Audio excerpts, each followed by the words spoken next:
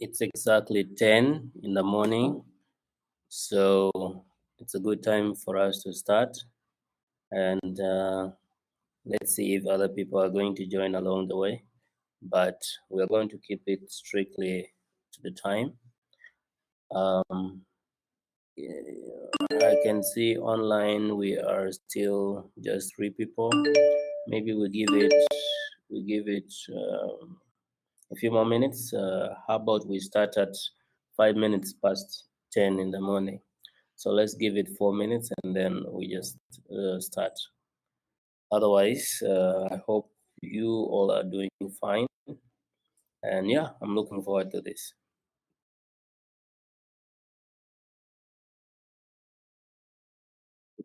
Let's give it 3 more minutes and we'll start because we are still few online.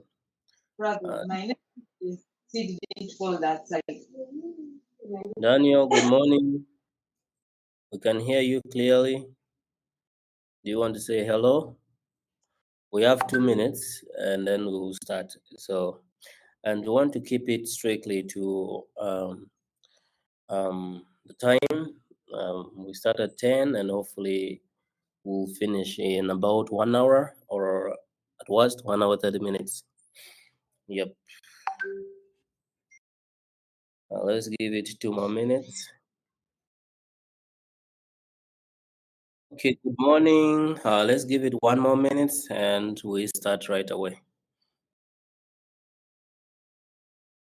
Okay, good morning. It's 5 minutes past 10. It's a good time to start.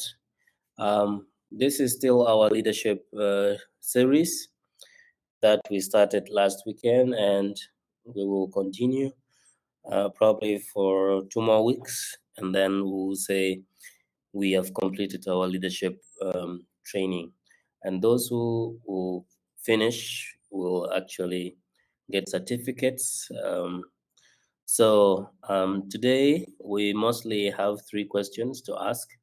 Who is a leader, and what are the differences between leaders and managers, and how do you become a leader, especially in the context of our country, Uganda? Um, good to see all of you who are here online, but also in the house.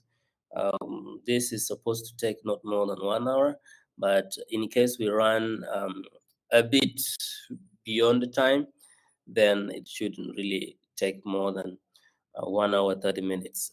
That includes my presentation, but also my colleagues' interjections, as well as the question and answer session.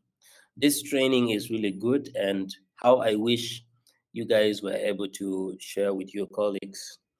And yeah, I would have loved to see many people in the house. But regardless, this is fine. I'm going to turn my video on. Sorry. Okay. Let me know if you can see me.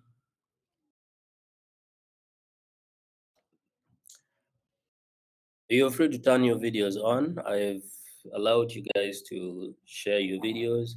It's entirely up to you, but you should know that this call is being recorded just for learning purposes.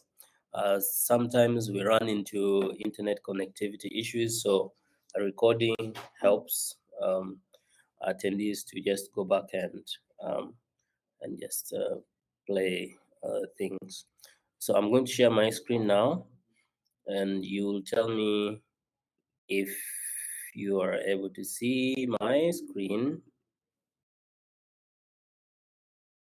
Able to see my screen?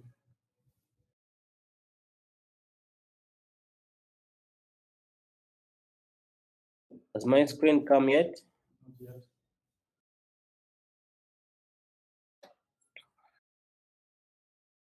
Okay, let me try it. Okay, I'm going to turn my video off and just try the screen sharing.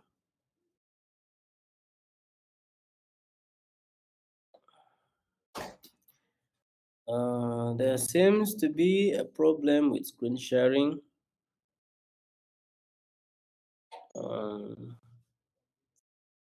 But okay, let me check my settings on the computer.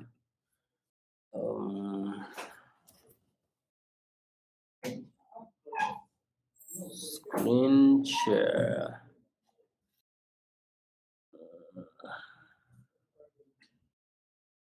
Share. 1 second. I'm just trying to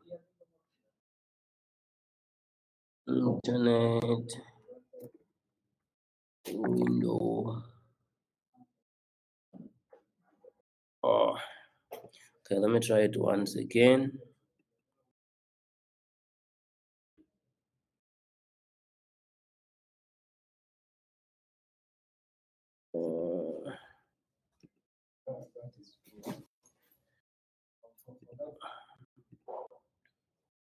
Permission to capture the screen needs to be granted.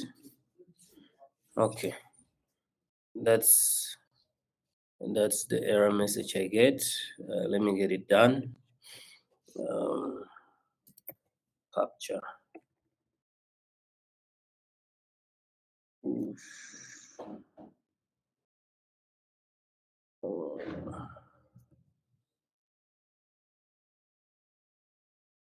Oof. Guys, I don't know. No worries. I'm going to upload the presentation in PDF now, but I wanted to share my screen. Regardless, no problem. It's being uploaded now, so I'll give it a second.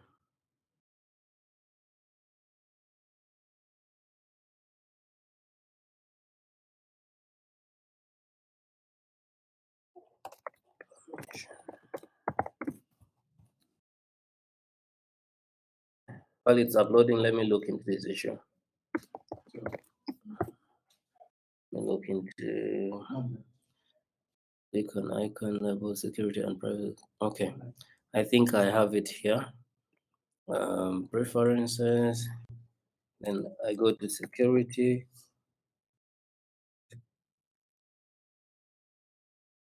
And privacy, security and privacy.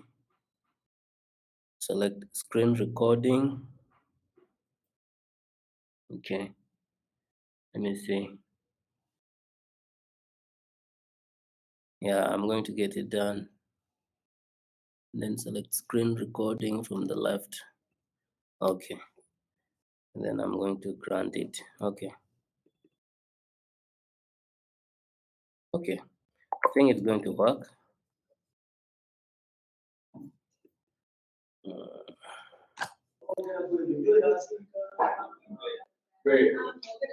Jackson, I've muted you. Okay, let me share my screen and let's see if it's going to work this time.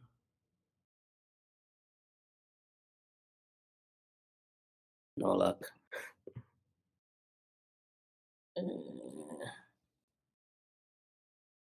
Okay. And the presentation is being uploaded. It's at 58%. Let's give it a minute. Sorry about this.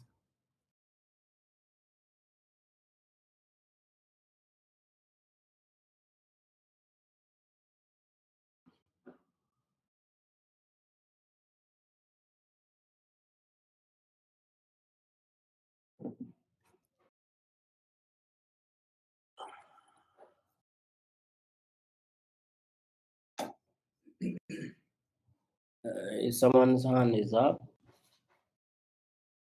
please you can unmute and talk.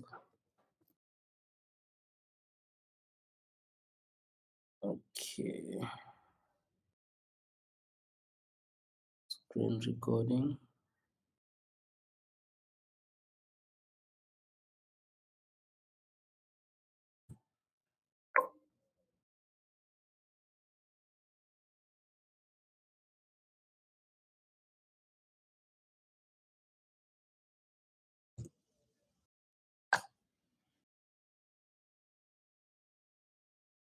Okay.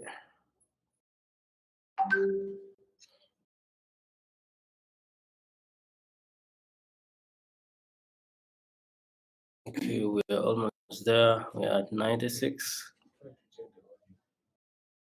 Audio. Okay.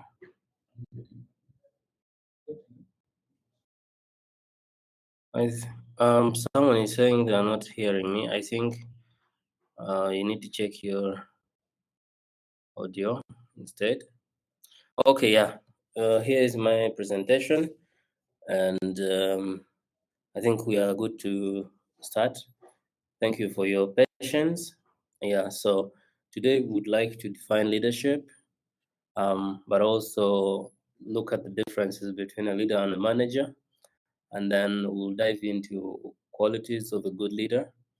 And afterwards, we would like to see leadership in the context of our country, Uganda. And yeah, and then we'll take some questions from you as well. So I was supposed to be joined by Cecilia again, but she's not around, I guess, which is fine. So just to give you a quick definition of a leader, like I hinted last week, a leader is somebody who is capable of changing a situation, but of course not alone. They do that together with their followers. And yeah, so basically we have three things. We have the leader, we have followers, and then we have a situation that they would like to change. So that would be my definition of a leader. Um, yeah, so that is leadership. And like I said last weekend, leadership is not only political leadership. It's it can cut across sectors. It can be leadership in the business space or even in the civil society. For as long as your goal is to solve a particular issue in the community and you're going to work with people to solve such problems, then that is leadership. Of course, you're like the driver of the change. So you also realize that it's really a daunting task for leaders because, first of all, you need to find a team that will be willing to work with you.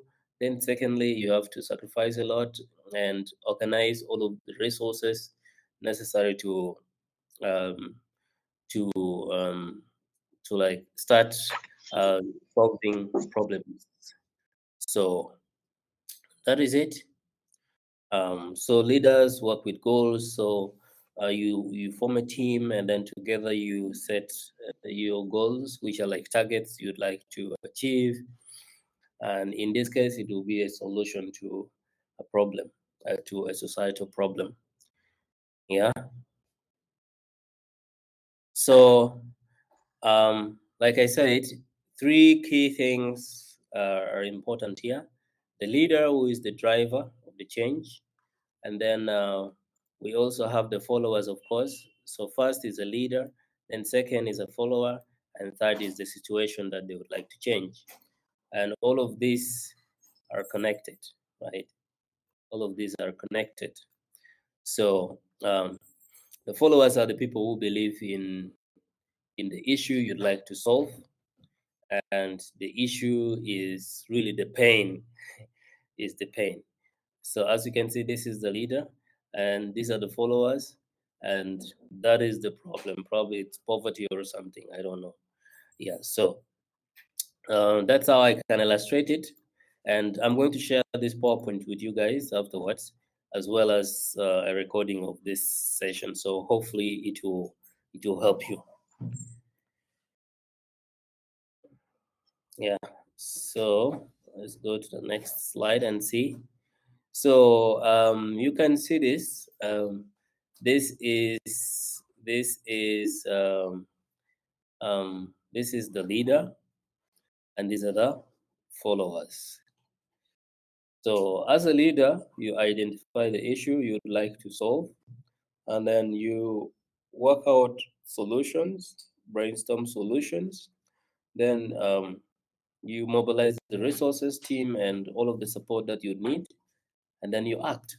So that is like my four steps in leadership. So it's not anyone's making. It's just what I came up with after reading several books.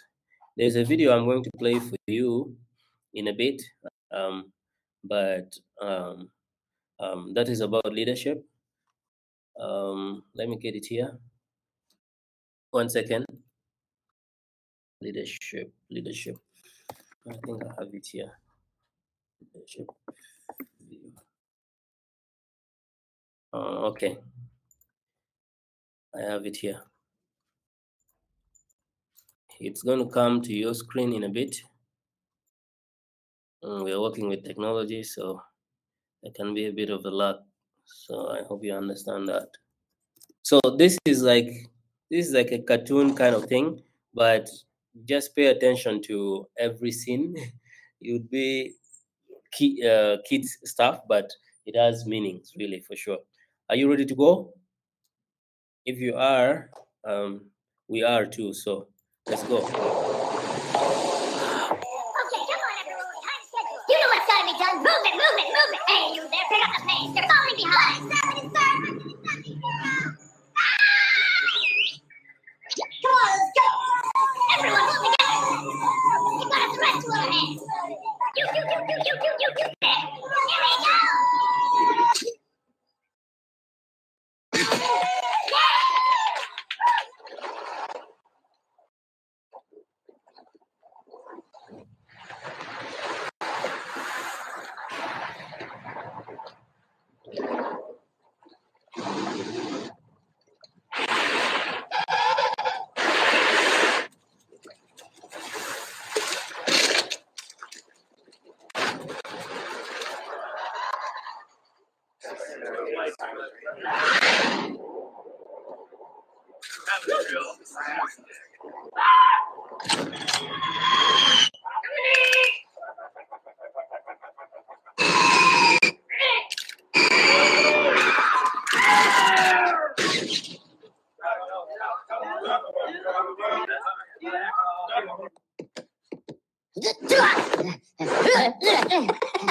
Narito na.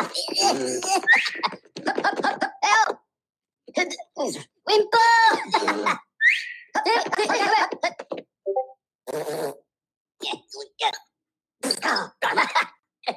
Okay, Tivotara.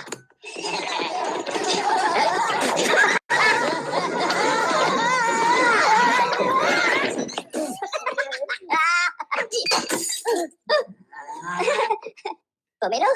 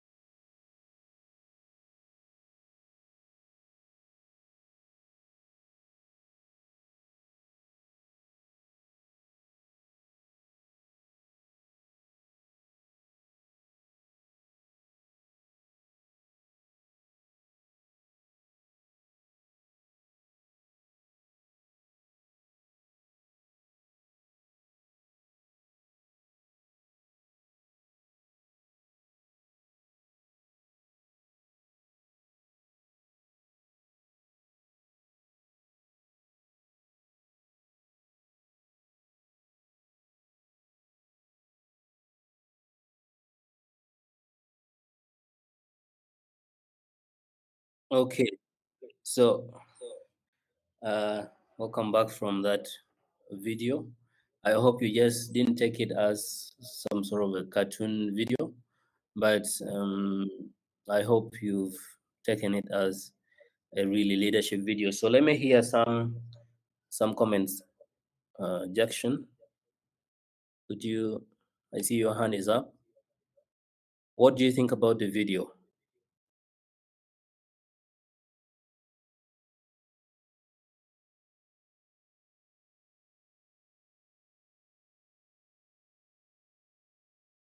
Jackson or Tim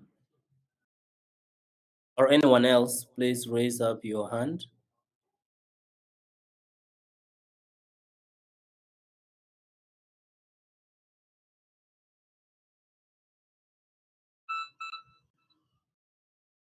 Okay, someone is saying there was awesome, real teamwork involved. Yeah, and Walter is also saying teamwork. Um, yeah, I think to summarize the entire video, like the various scenes, it's about teamwork. Yeah, you've seen how they were successful in getting in scaring their enemies away, but also in getting some work done, like the bulb. So that is leadership. You do it with your followers. Yeah. All right, let's go ahead. Um, Now there is this one, managers. Um, what's the difference between a manager and a leader? So we're going to come to that. But first, um, who is a manager?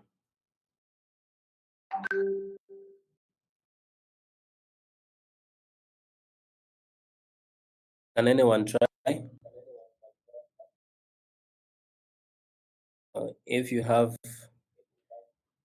an idea, just unmute and talk because I'm sharing my screen, so I may not see you for sure. But in summary, managers are right doers. They do things right. So I want you to mark this phrase: do things right. Um, Managers are also about orders, about making sure that you're organized, and also they ensure that they control processes. So there are managers in companies and organizations. You can also be a manager. So you can tell me if these are wrong of a manager. Managers cope with situations. Yeah. So they cope with situations. If it's COVID, they try to make sure everyone wears masks. They respect the SOPs. Those are managers. This should have been builders actually. Sorry. Managers are builders. This word here. Let me rub it and just replace it with builders. I hope you can see my screen.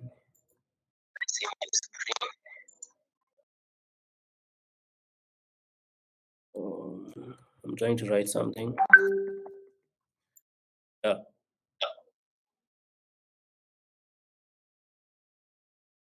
So managers are builders. So that means somebody draws for them a plan and they follow. They follow the plan and they make sure that the house is straight. And managers also represent teams.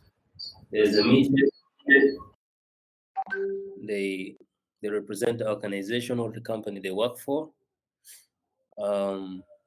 Yeah, those are managers. Now, I want to play another video about managers.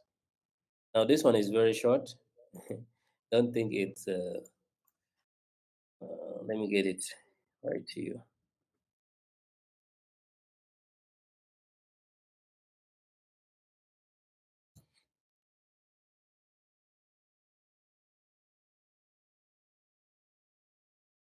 Where is the video? Right.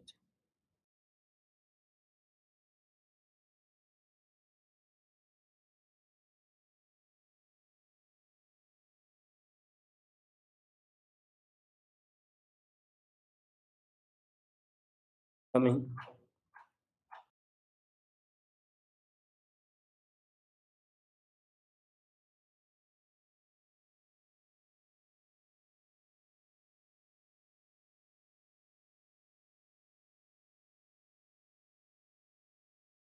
Okay, let me check this one. Sorry. Trying to get the specific video.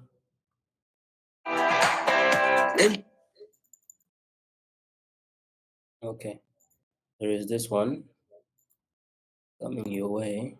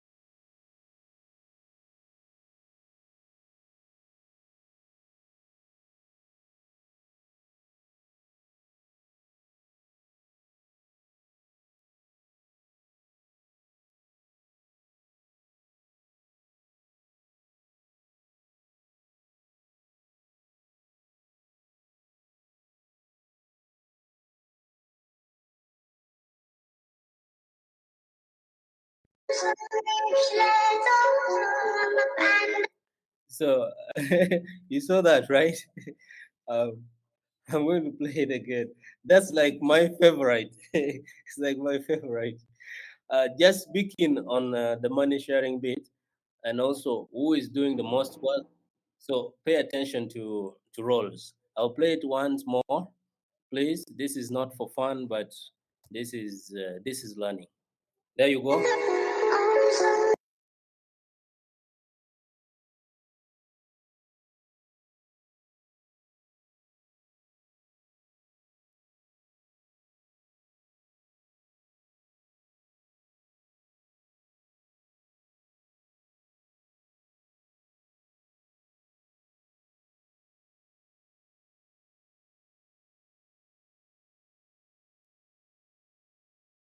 Okay.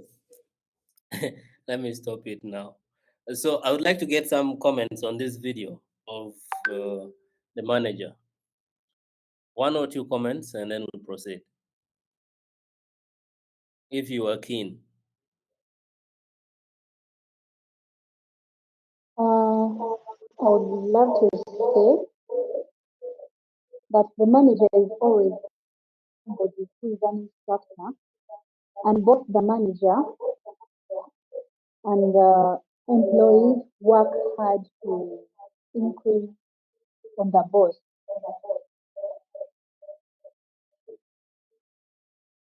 Okay, great. Thank you, Gloria.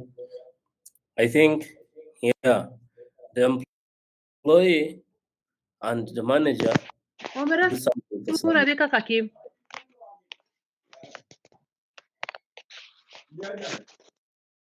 Correct? Your microphone is on. So yeah, that is management. There's a boss, there's a manager, and there's an employee. But in terms of the workload, who does the most from the video? Who does the most?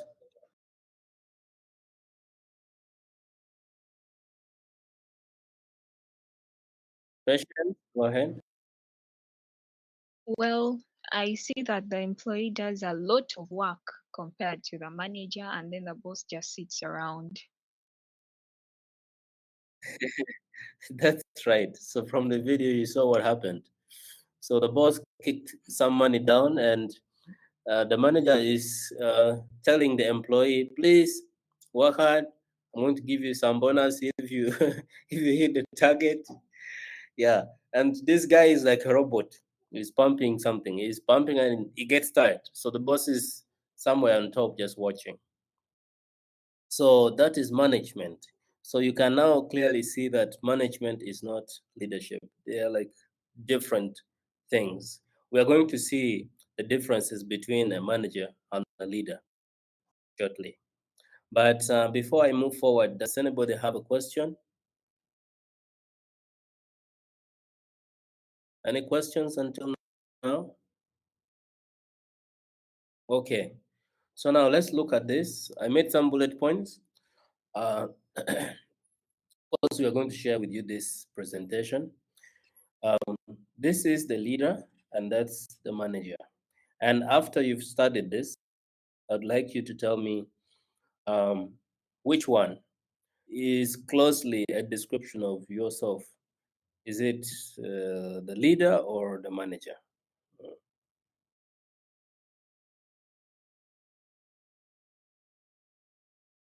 All right. So I I say leaders are architects. You know what architects do? Architects are the ones who lay like the general plan of a building, right? So they do their own research. They make sure it is like the best plan in town. They make sure that if the house is built, doesn't fall. On the other hand, I call managers builders. I call managers builders. Their job is just to make sure that um, the plan is followed, right? The plan is followed. They want to make sure that the corners are straight, all of the windows are there. You know, everything is as described on paper. So I think this really makes sense because if you go to companies and organizations, you will see that managers have rules, right? We start at 8 o'clock and we close at 5. And the manager will make sure that everyone comes at 8 and they leave at 5. So they make sure the rules are followed.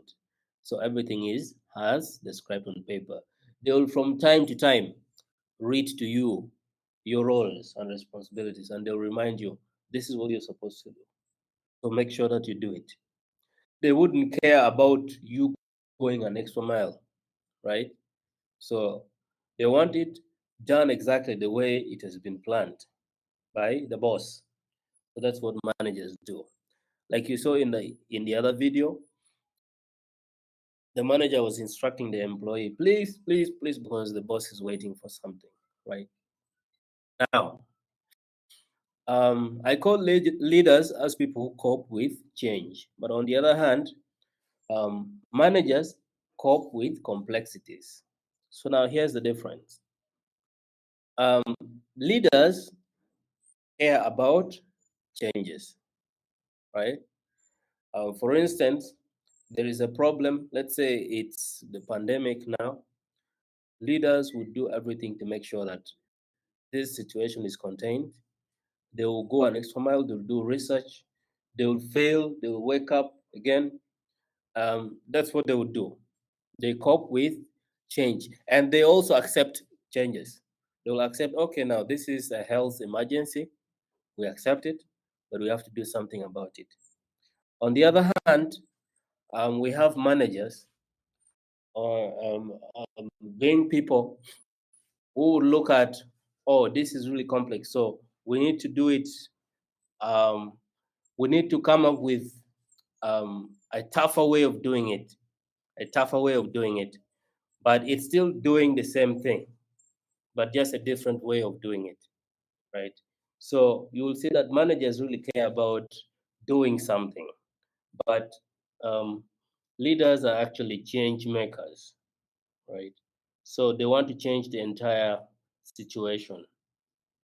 Now, leaders care about what matters to people, but on the other hand, managers care about how things get done. So the process, if it's supposed to be, let me give an example. If let's say it's manufacturing, if it's manufacturing and you're supposed to have a shift, an 8-hour shift, managers will make sure that you do your 8 hours, first of all. If it's this one machine that does the job and you should operate it, managers will make sure that you sit on the machine for 8 hours. But there may also be other alternatives to getting the same done. They wouldn't want you to do anything different. They want you to do it as described on paper, like I said before.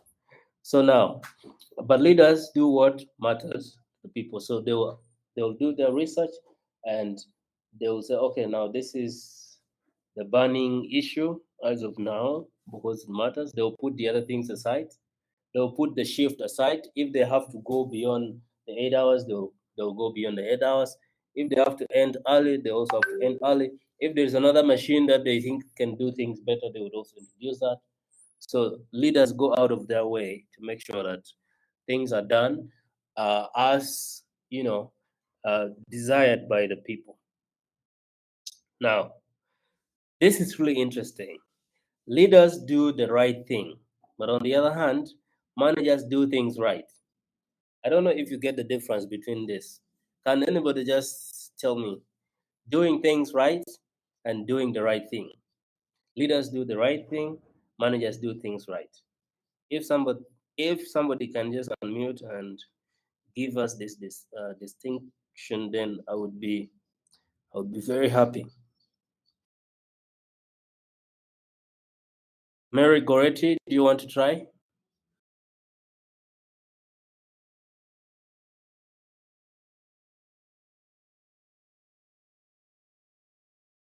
Leaders do things right, leaders do the right thing, managers do things right.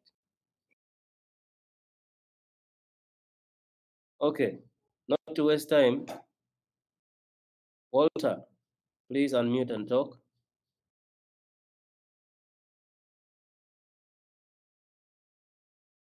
Walter?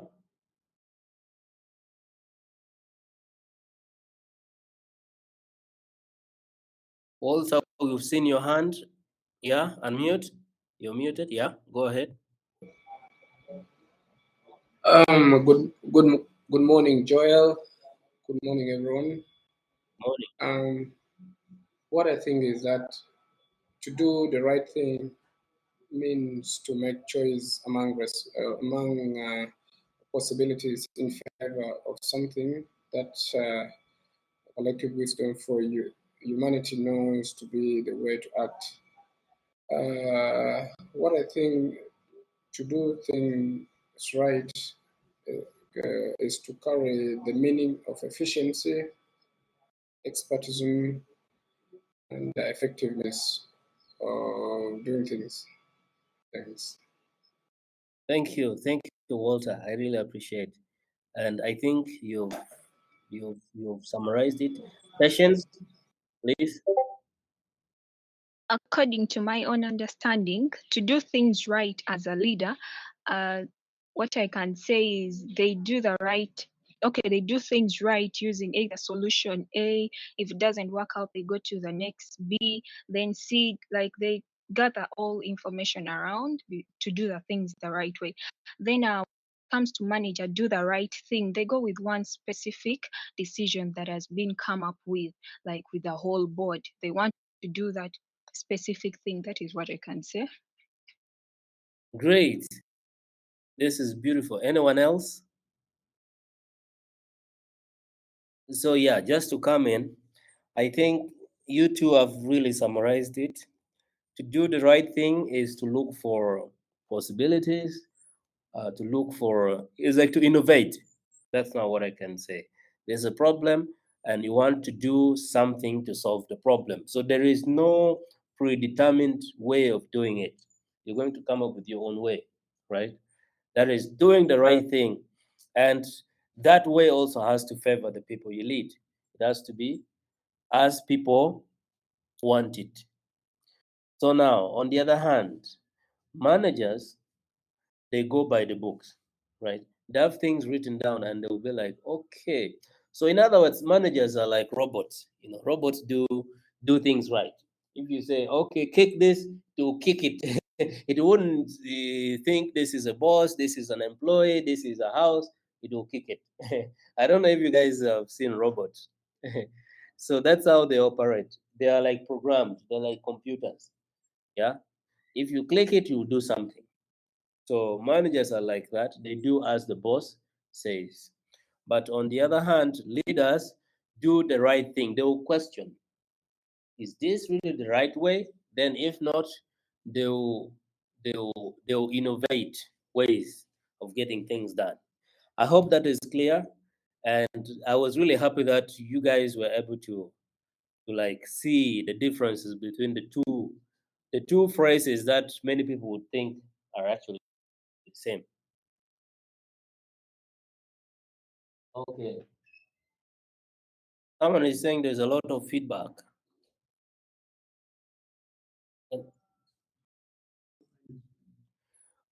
May I know? Someone is saying there's a lot of feedback. May I know if that is still Walter?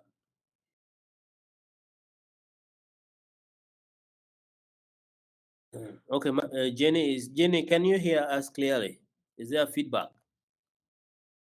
Okay, Walter is saying it's okay now. Okay, most of the times it's because maybe you're sitting next to someone whose microphone is also on. So you just make sure that only one microphone is on at a time. Okay. Thanks, Jenny. I appreciate. You're saying manager instructs and puts so much pressure on the staff to work hard without resting, yet he pays him less. I hope you both are not listening to me. All right. I think someone's microphone is on in this house. Please just check, check that your microphone is off. Should be just my microphone on. I am hearing echoes. Okay, I think it's fine now. All right. So um, then the last one, which I came up with, was leaders create. They are concerned with creating a common vision, while managers design work. So in this, you will see that leaders will sit together with the followers, and then they'll come up with vision. What they would like to reach, where they would like to reach in, let's say, 2, 3, or 5 years. Yeah. But on the other hand, managers will do the design because of their expertise, and they'll drop it to their employees. Hey, this is what you have to do. Again, like I said, you can be both a manager and a leader. Again, the context also matters, right? Context matters. So does this really make sense? Of course, you can come up with a longer list than this, but these are like the major distinctions that we've come up with, and we think they'll make a difference. If you have any questions, please ask. Otherwise, we are continuing.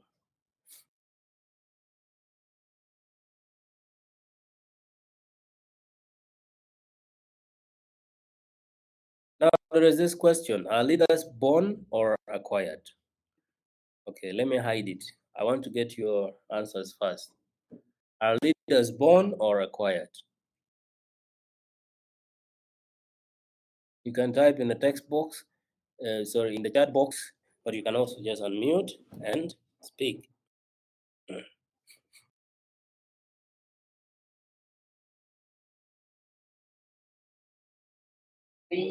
Oh, I see this is what you have.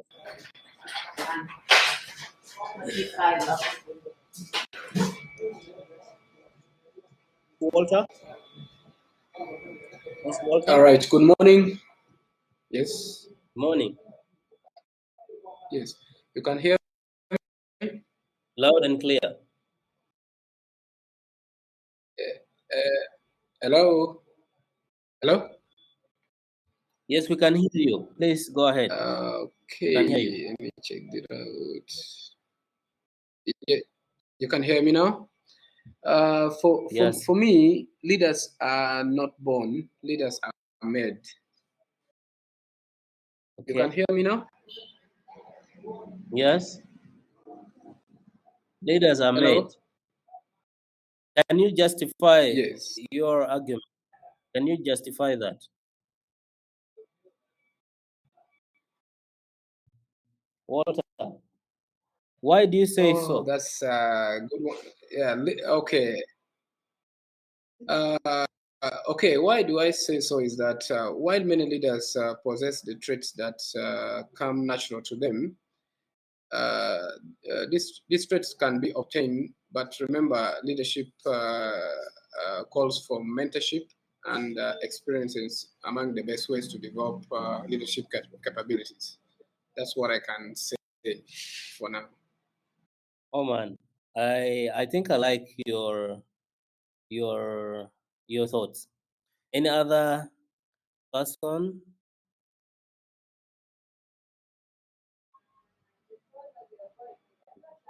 Okay, someone is here in the house. Hello. To me, I believe the biggest percentage of leaders are made.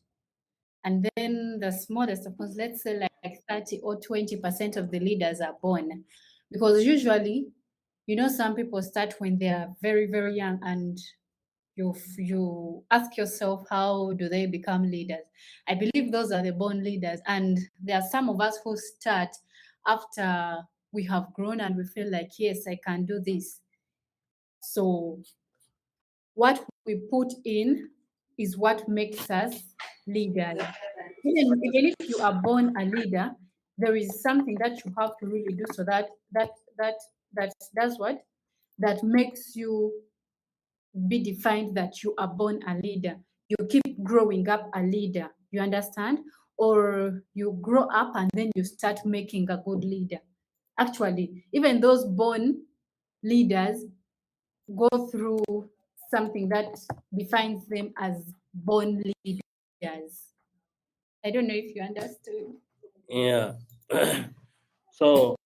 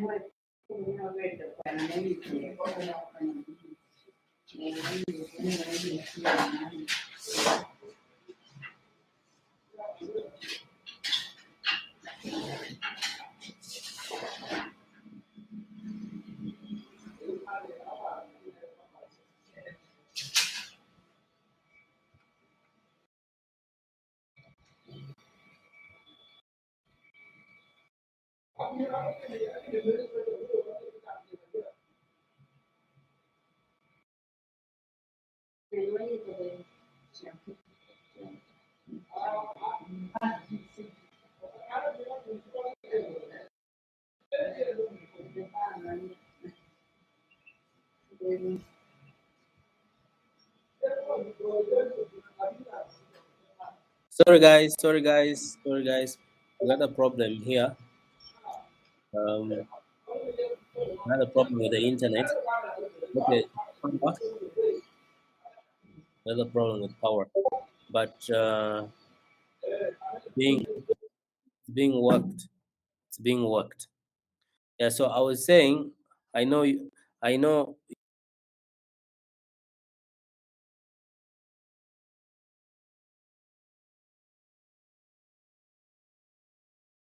you probably lost you percentage of leaders are made, while a smaller percentage are born. Okay, I think I agree with both of you, Gloria and Walter, in this regard.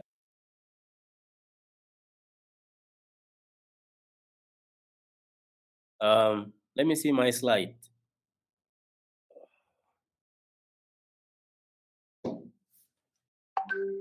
So let me see my presentation. Yeah, a leader is born or made? My answer is both. My answer is both, and I'm going to give a justification. Both because we all have some talents with which we are born, right? Some leadership skills or traits that we are born with. Yeah. Also, both because nobody is perfect. No single leader is perfect, and we improve every day. Those are my justifications. Both because this is a process. Somebody is a timekeeper at primary school, they become the head boy at secondary school, probably they become a president after their university. Yeah. So I have 3 strong points for you. Leaders are both born and made. But I also want to agree more with Gloria, because much as we say leaders are made, there are also some who are really exceptional. Like they have the talents, and if they learn a bit, they become really exceptional leaders. Someone is saying, personally, I would say that some leaders are born and leadership in them is nurtured and watered by mentors to become the great leader they are. On the other hand, some leaders are made and guided. I agree with you, Jenny. I agree with you 100%. 100%. Yep. So that is it. Leaders are born and leaders are made. But now you should ask yourself, are you a born leader or you're a made leader? And every leader has to have a mentor. I agree with Jenny. I also agree with Walter. You have to have a mentor who will make you the greatest leader you always wanted to be. Because I say it's a process, and I say we all make stupid mistakes every single day. I say we are also capable. We are all talented. Yeah, we have some talents. We have the potential, and we only need somebody to ignite something in us, and boom, we become really great people. Okay, let's go to the next one. We're about to finish. Qualities of a leader. I think we've learned this all our life. I have summarized 10. I've summarized 10. Oops. Let me publish the other poll results. All of the people are saying leaders are. Wait. What was the question? Was it leaders are made or born? Okay. I say leaders are change agents, and leaders are never satisfied. They're always on the look for things that bring change to their communities, to the people they lead. Yeah. And leaders are also risk takers. They go out of their way. They sometimes do what we call the impossible. Yeah. Nelson Mandela once said, "It always seems impossible until it's done." So those are like quotes that leaders believe in. Those are their ideologies. It is never possible. Sorry, it seems impossible until it's done. So those are the mindsets of leaders. So they take risks. They know it is difficult, but they also know they can overcome. Leaders are future oriented, so they have vision. They are always looking into the future. They do not wish for the future to be good, but they make the future. They draw plans that I want the future to be like this. I want tomorrow, or even my next 2 years, or 5 years, or 10 years to be like this. So they are not short-sighted. Leaders are long-sighted people. So they are future-oriented. Then the other thing which I also believe is a good quality of a leader is they enlist followers. They always recruit people they think they can work with to bring changes, changes they are advocating for. A leader empowers, they build others. Leaders make leaders. Okay. If you're a leader and you're not nurturing other younger leaders who can be successors, then you're not a leader, right? So ask yourself, do you have all of this that I've mentioned so far? Do you empower others? Do you recruit people who are like-minded that you can work with to solve the problem? Do you look into the future? Do you take risks? Are you a change agent? Are you satisfied? Are you comfortable, or are you always in the look for like greener pastures? Leaders are go-getters. They make sure they get the most of every opportunity. They don't believe in luck, right? Leaders don't believe in luck. They believe in hard work, and they believe in taking risks, and they believe in possibilities. They believe in setting the bars high, right? Leaders lead by doing. Somebody just put in the chat that leaders lead by example. That's really, really, really true. They don't just speak. They don't just build creeds and stop there. They make sure things are practical. What they say should be reflected in action, but also their personality also has to speak about them, right? I think this is very clear. Today, if you see a pastor and the way they dress, you know, they, if somebody came across them, they would know, oh, this is a leader, right? Pastors are leaders. If you see a teacher, you will definitely see the distinction between the teacher and the student. The students are followers, and the teacher is the leader, right? If you come to a school and you find teachers and the head teacher, you should see something different. The head teacher has to look different. He has to look different from the other teachers. So we lead by example and we lead by doing.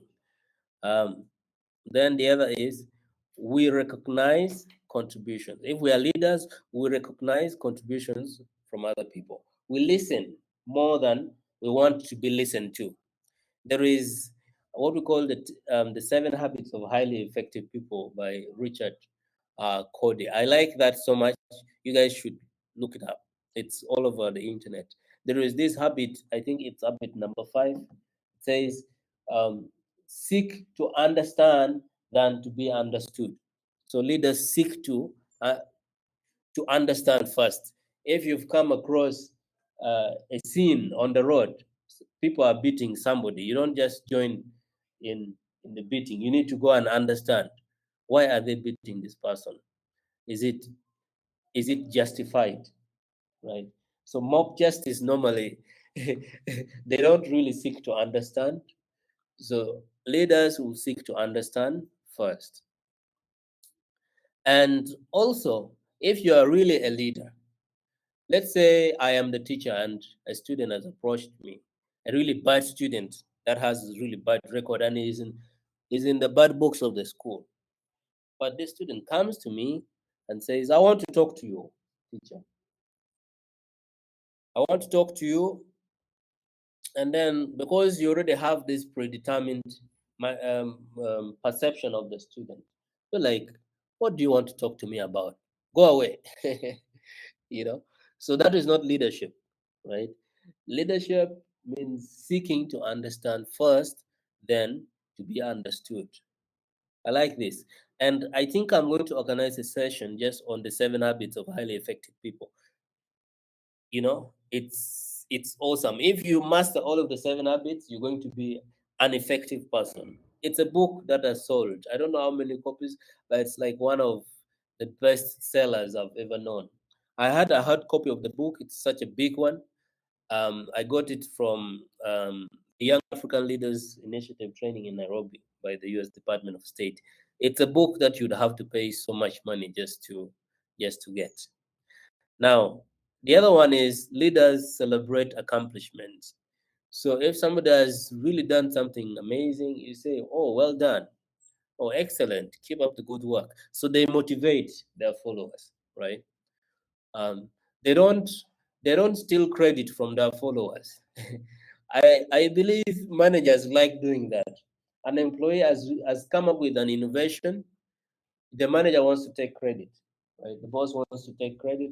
They'll be like, oh, I supported this employee in doing this. It was all my idea. I told him to do this and he did it. They like doing that. But in leadership, somebody has done something really exceptional, be like, oh, well done.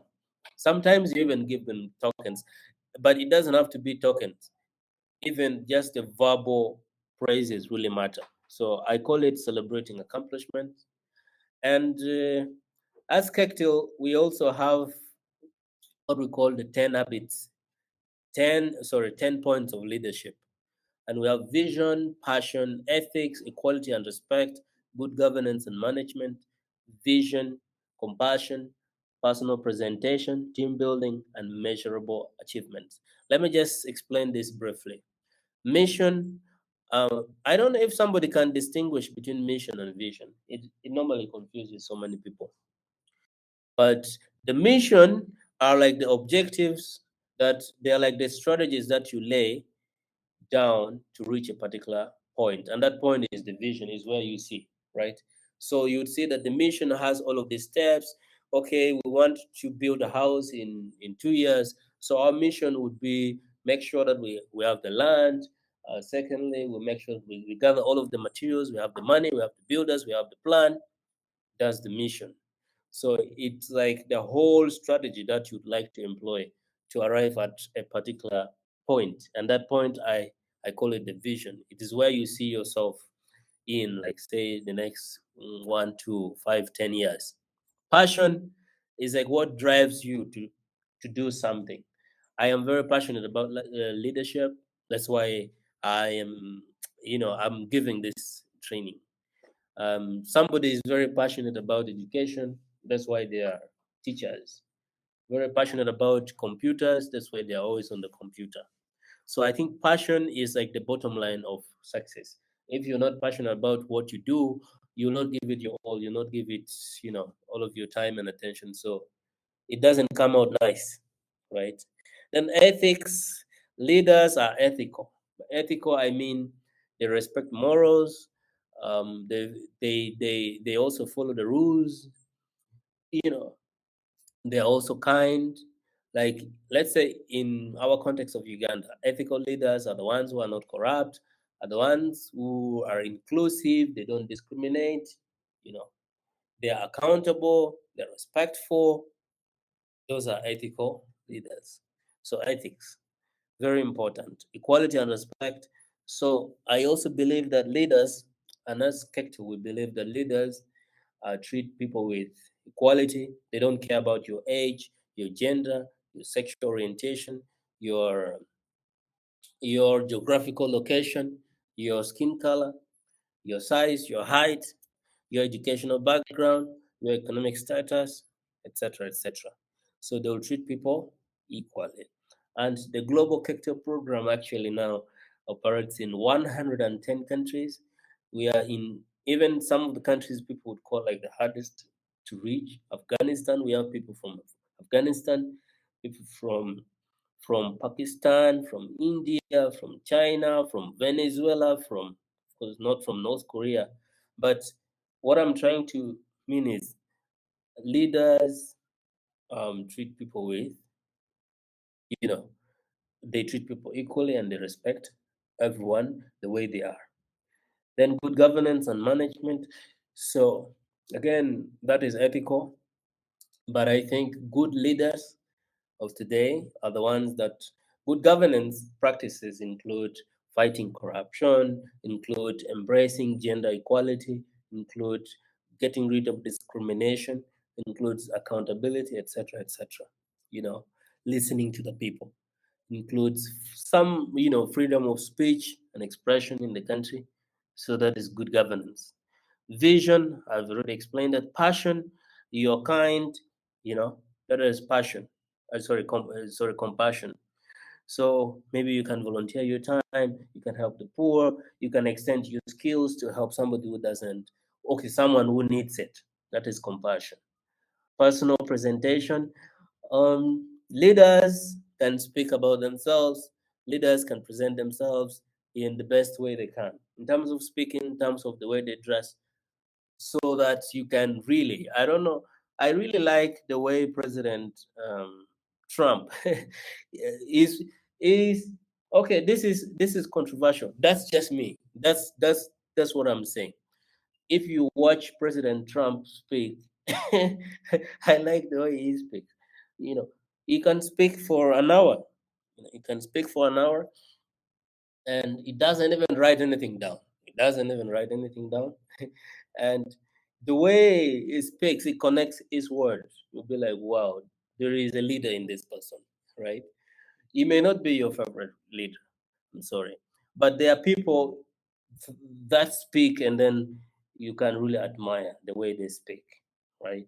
Even President Barack Obama, I guess he is also one of the best public speakers.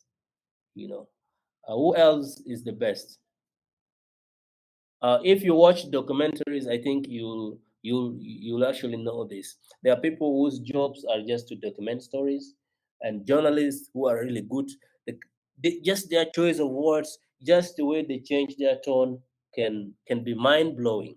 Yeah, it can really put you in the mood of something. So leaders also have such qualities. You know, I have not seen anywhere in Uganda. You guys, most of you guys went to university or you went to high school or something. But have you ever come across a head boy who can't even stand and speak and they shy away? No, they're always running there. They actually would like to speak. I'm sorry. I had a friend who were doing a training in Nairobi. So he likes speaking so much. And I don't care if he watches this video, but he would actually be happy if he hears me talk about this. So this guy is really passionate about talking, and when we were graduating, he came to me and he said, "Can you go and request?" Um, so that was like our president, like the biggest person in that event. Can you request him to give me some minutes to speak? I said, you what? People want to go, but he wants to speak, right? So, and I was really happy to do that. So I went and I requested, and he was given the platform. He likes talking, and I think he does that because he wants to improve. He wants to build his confidence, but he also wants to build his public speaking skills. You know, and he would call me, please come and record my video when he's talking just in the university. Right now we are here in Nairobi, we're doing this, like reporting. And no wonder he's a really prominent journalist now, I can say, in Khartoum, in Sudan. And he has started his own journalism kind of company, media company. So, yeah, leaders are team builders. They don't just build teams, but they also count themselves as members of the team. So they work well in the team as leaders, but also as team members. And then measurable achievements. So leaders set realistic goals that they can achieve and that they can really say, okay, this is what we did the past 2, 3, 5, 10 years. It can be quantified, it can be seen, like you can really see the impact. So that's as per Kekto, but there is so much you can say about leadership. You can come up with your own, qualities of a leader. So that's entirely up to you. But certain things really cut across, and certain things would be seen in most leaders. So now, let's see our country, Uganda, and then we dive deeper into how to become a leader in Uganda. So we are, of course, a landlocked country. You know all of this, guys. We are very rich. We are crossed by the equator. We have good neighbors: Kenya, Tanzania, DRC. We are big. Yeah, Uganda is big. Trust me. There are some really tiny countries that you wouldn't. Yeah, there are island countries that are very tiny, only the size of Lake Victoria, only the size of Kampala. Only 383,000 people. That is the population of my district. But there is a country where my friend comes from, an island country. There are only 383,000 people. So that is 0 point something percent of Kampala, because I think Kampala has 5 million people now. So we are rich in water, we are rich in everything. Our climate, our minerals. Well, I'm going to share with you. And we have Lake Victoria, like the largest freshwater lake. You guys know this. I don't have to. Everyone's microphone. Okay. So still the overview.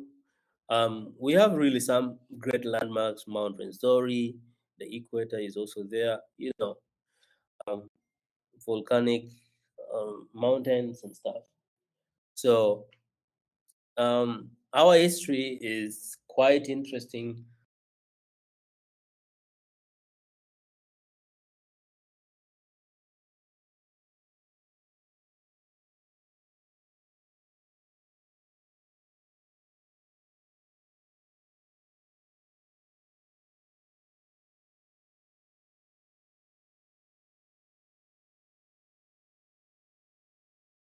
Yeah. So this was part of a presentation I made somewhere, but it will. I think it will help. Yeah. So let me go to the next slide. Next. The internet seems.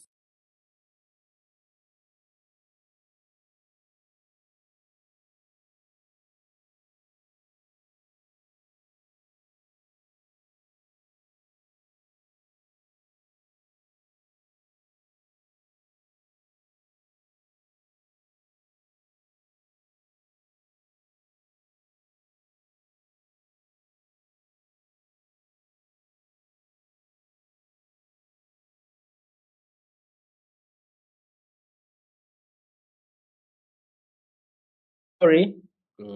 I was lost for a second. Let me try if it's going to work now. Yeah. So we are a democracy. I mean, we are a government by the people and for the people. Yeah. The 5-year term limit for parliamentarians. We have 426 MPs, probably more this time. And that is just the history, but let me go into other things that matter. Yeah, so when we look at democracy, one important aspect of democracy in any country is the electoral process.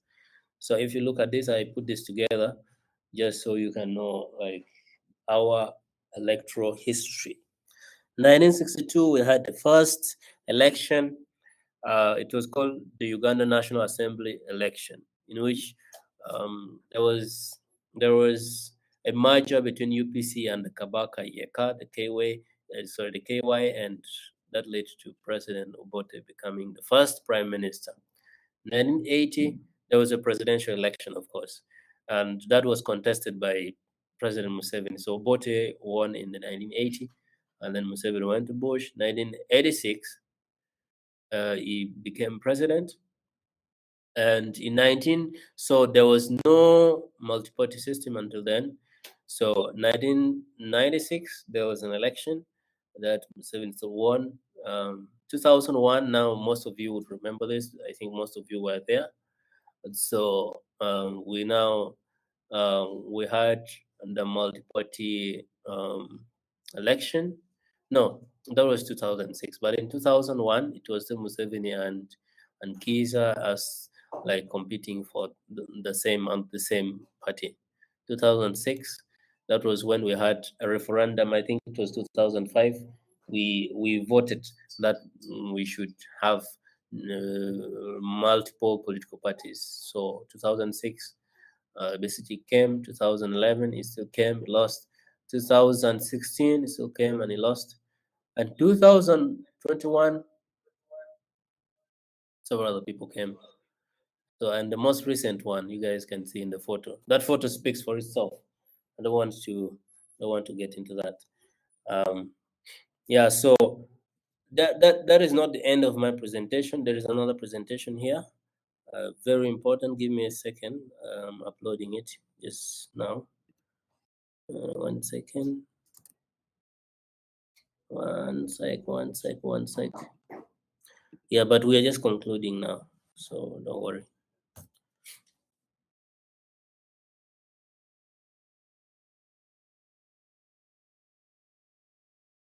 So that is just to give you an overview. While the presentation is uploading, it's very heavy. It's 200 and something MB, so it will probably take a minute or so. May I take any questions if anybody has until now, so that we can respond to them while I wait for the last bit of the presentation, just the last portion to to to upload. But I'm going to share this PowerPoint with you guys. I hope you'll like it. We put in a bit of time just to get it together for you, and we'll send it to you in PDF form.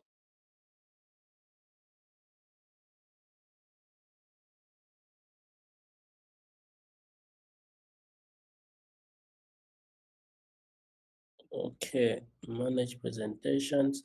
Okay, it's still being uploaded, so any questions, please?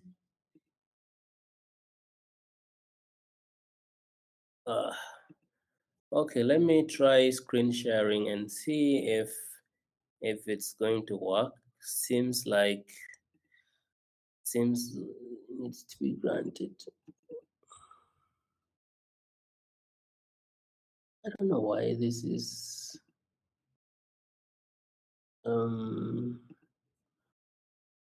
screen sharing has to be granted. What's up with this?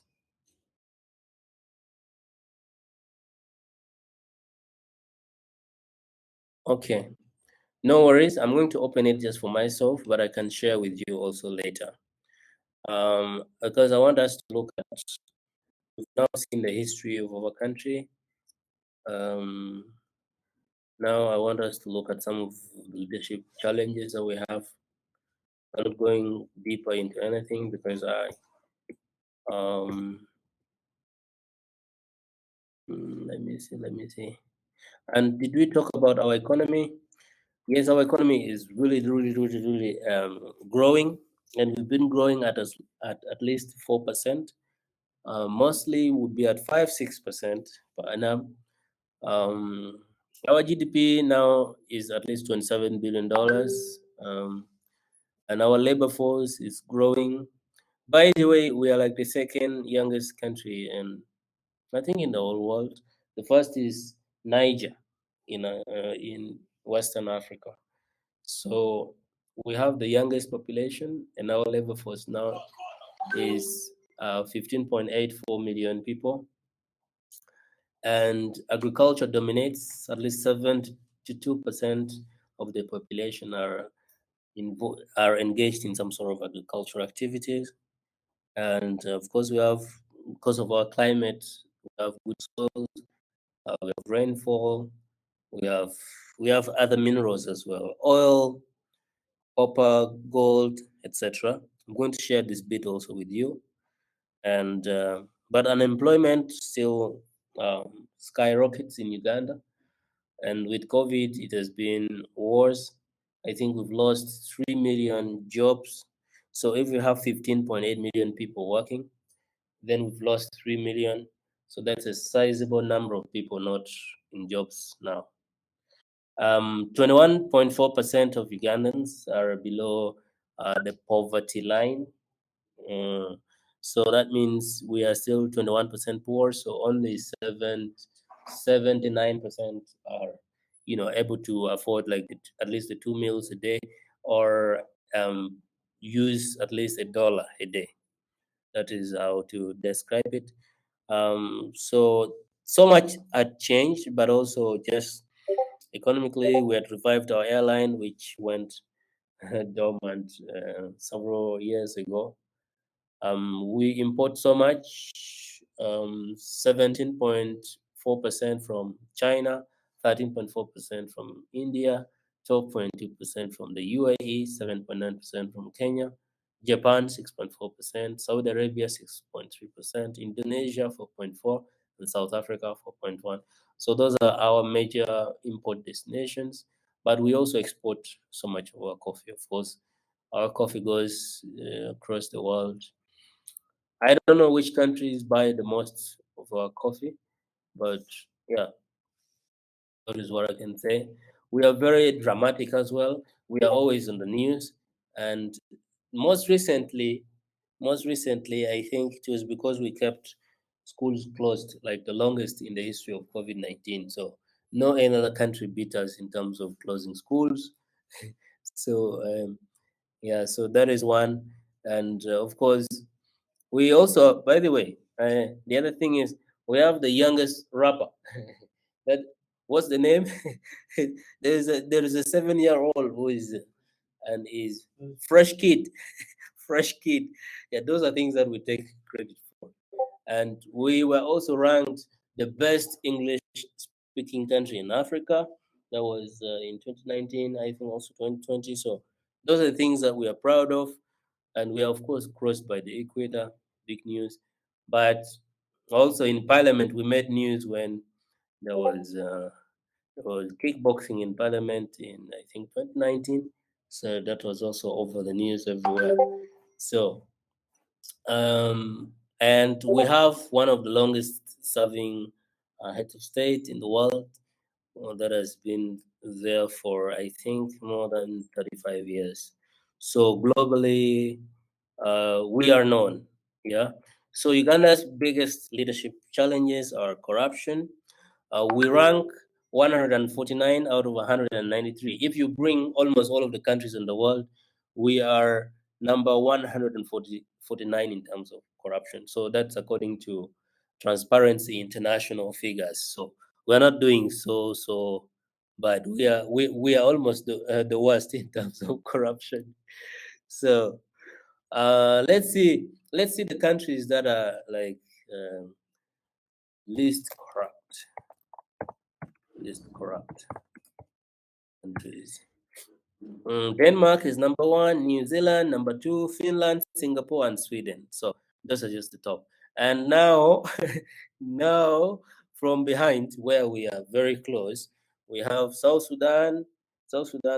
We have Syria, Somalia, and South Sudan. So unfortunately, most of them are also African countries. So that is one. And our other issue is bad governance, of course, because according to our leadership definition previously, we say leadership is about the leader, and it's also about the followers, and then it's about the situation. So we've messed up so much. The situation is not good economically, politically, socially, and then the followers are not included. I'm using quotes.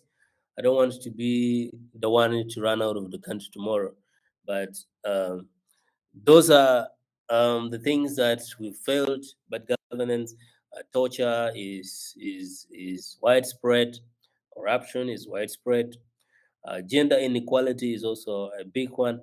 And I remember this story of uh, of a member of parliament. I think that was 2016, who was advocating for wife beating. Yeah, so that is also how how advanced our gender violence and gender inequality and you know eh, has reached. So, and tribalism is a big issue for sure. We have 55 tribes in Uganda. We speak 55 different languages. We're very diverse, which should have been a beauty and a strength to a nation like this because we all bring different skills, different cultures, different ways of doing things. But unfortunately, that's working against us. You'll find a group of people who will be like, oh, we are the ones, oh, we are the ones. So that's also the one thing that is killing the country. Underdeveloped health systems, for sure. Most of the high profile officials would have to be flown. Most of them would die from overseas. Why? Because we do not have strong health systems locally. And I also remember my experiences in my district. You'd have to buy so much to go to a government health facility, on just on top of buying the medicine for yourself. You have to buy gloves for a doctor. Like I'd never seen that. You buy gloves for a doctor. You buy also the syringes for the doctor. So basically, we buy the equipment, and the doctor's job is just to check you. So, and we buy the medicine as well. So that was how bad it is, and I think it's still happening. So most countries that are considered to be healthy, they have some of the best health facilities. They can treat most of the infections, except of course like COVID. These are like recent, but they can take care of most of the communicable diseases. Malaria is not anymore, but in Uganda, malaria is still like a top killer. HIV/AIDS is widespread. 1.4 million people living with HIV/AIDS, and that's a really big number. And now COVID also ruined, and there are so many other infections that we can't treat. Cancer, you've seen on the news, people are doing fundraisers to fly somebody abroad to like do uh, cancer treatment instead of us building our cancer treatment facility here in the country. Lately, the Speaker of Parliament had to be flown to the US, and that came with a price tag of 1.7 billion Ugandan shillings, nearly 600, actually half a million dollars. So think about how $500,000 could be used in building a facility. Think about how many such officials have to be flown out of the country. So you realize that we are losing so much because we do not have strong health systems locally. Our education system is also another issue. Like I said initially, we were closed.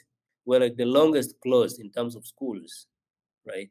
Longest closed, and and that means we've lost so much. E-learning is not developed in the country, and and our education system is mostly examination oriented. We have graduates. Much as we cry that when we graduate, we really cannot find jobs. There's a big mismatch between the education system and the industry. Sometimes you have the job, but you can't just employ someone, right? Because they are unable to do what you want them to do. Think about a graduate who can't even operate a computer, a graduate who can't do some of what we would consider like the basic in other countries. So I wouldn't blame the graduates for sure. I did not own a computer until after graduating. So what do you expect? So the education system has to be restructured, has to be improved so that it meets the real needs of the society. So there should be education, okay, academia, industry collaboration so that we can solve the real problems of the time, you know. Youth exclusion from politics. Because, a country dominated by young people, but a country led by old people. So there is a problem, right? So, but why is this so? Why is this so? Because the political system in the country is corrupted. You will need to have money. Um, Young people now have this: too young to lead, too poor to lead, stuff like that. But according to our definition of leadership and qualities of leadership of leaders, we did not mention money anywhere. We didn't say a leader has to have money, did we? So that is the problem.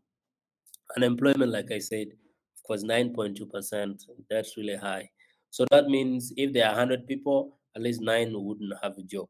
So um, that that is just the theory. But I think if you go practically, you'll have even out of 10 people, you may only have 5 working.